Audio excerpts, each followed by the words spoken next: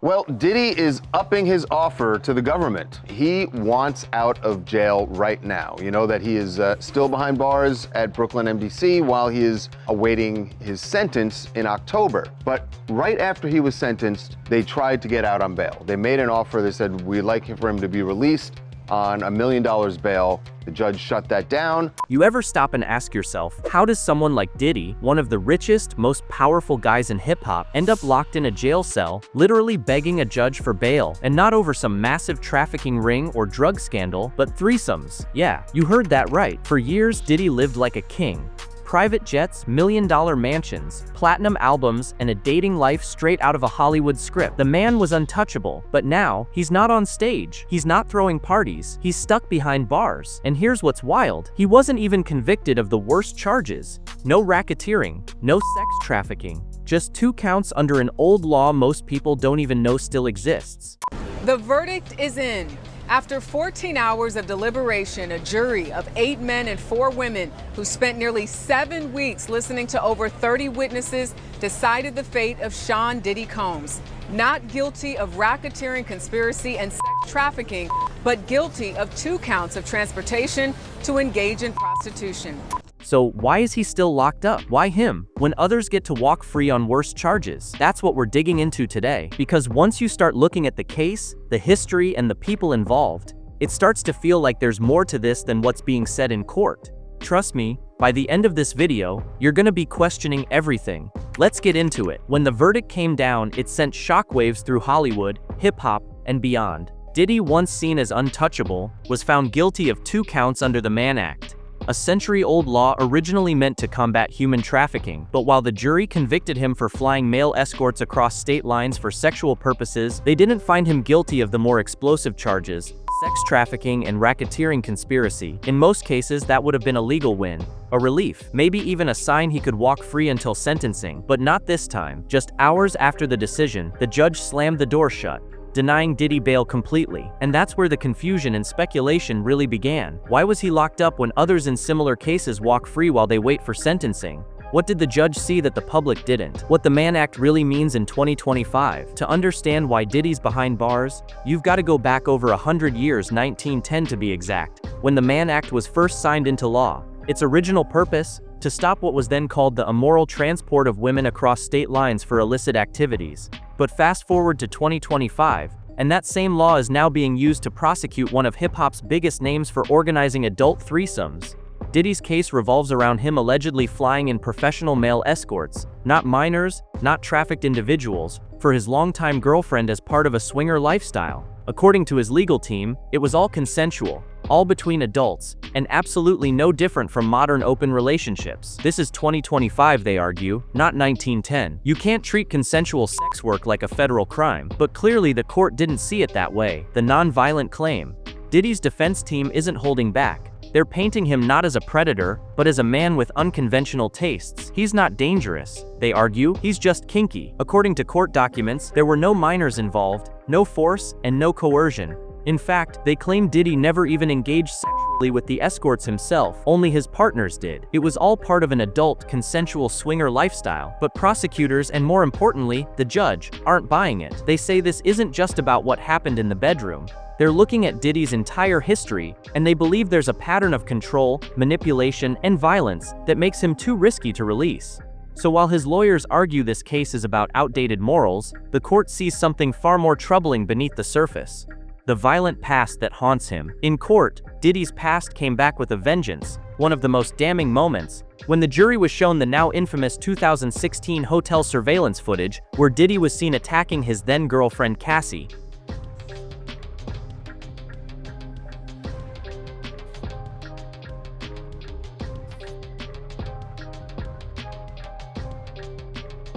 No audio, no context, just raw, brutal images that needed no explanation. And that wasn't the only incident on record. In 2024, another altercation surfaced, this time with a woman referred to as Jane. Good evening, I'm Mike Marza. As we take a look back at another day and another week of testimony that just began in the trial of Sean Diddy Combs.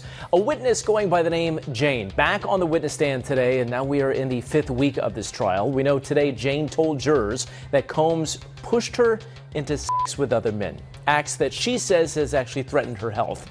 She also regretted the dark, toxic relationship she had with him, she told the jury. And during testimony, she also revealed that Combs was still paying her rent.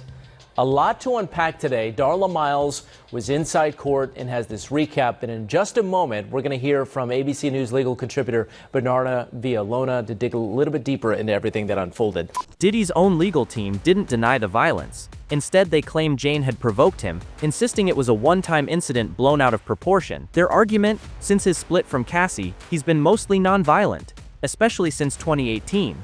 But does mostly cut it when you're asking for bail after a guilty verdict? The court didn't think so. For the judge, those moments of violence weren't isolated. They were red flags that couldn't be ignored.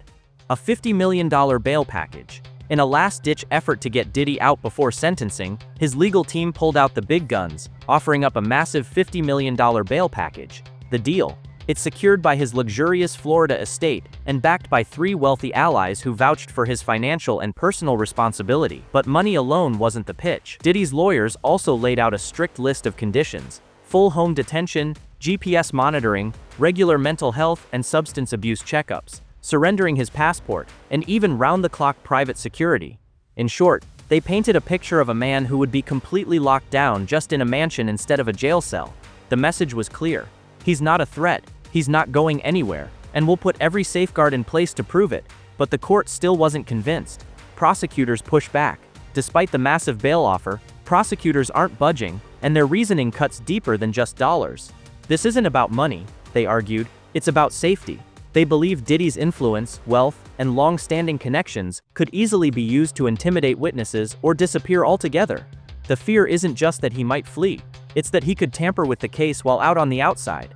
And while they didn't say it outright, their unwavering refusal to consider release raises eyebrows. Is there more to this story than what's been revealed in court? Could additional charges or sealed evidence still be looming in the background? Their silence speaks volumes. The swinger defense strategy.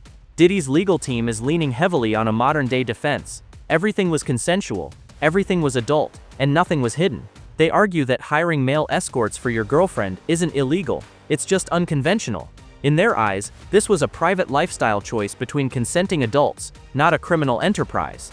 But in a high-profile case like this, optics are everything. And for a man already facing public backlash, leaked videos, and a string of disturbing allegations, the idea of organizing paid threesomes doesn't exactly help his image. The legal line between lifestyle and exploitation may be thin, but in the court of public opinion, Diddy's swinger defense might be a tough sell. What comes next, and why this isn't over? As the clock ticks toward Diddy's October 3 sentencing, the stakes couldn't be higher, not just for him, but for how the justice system handles celebrity, power, and consensual adult behavior in the modern age. This case isn't just about one man's actions, it could set a powerful precedent. If the judge accepts Diddy's defense, it might redefine how courts view adult sex work and non-traditional relationships. But if the court comes down hard, it could send a clear message: fame won't shield you, and alternative lifestyles don't excuse what the law sees as exploitation.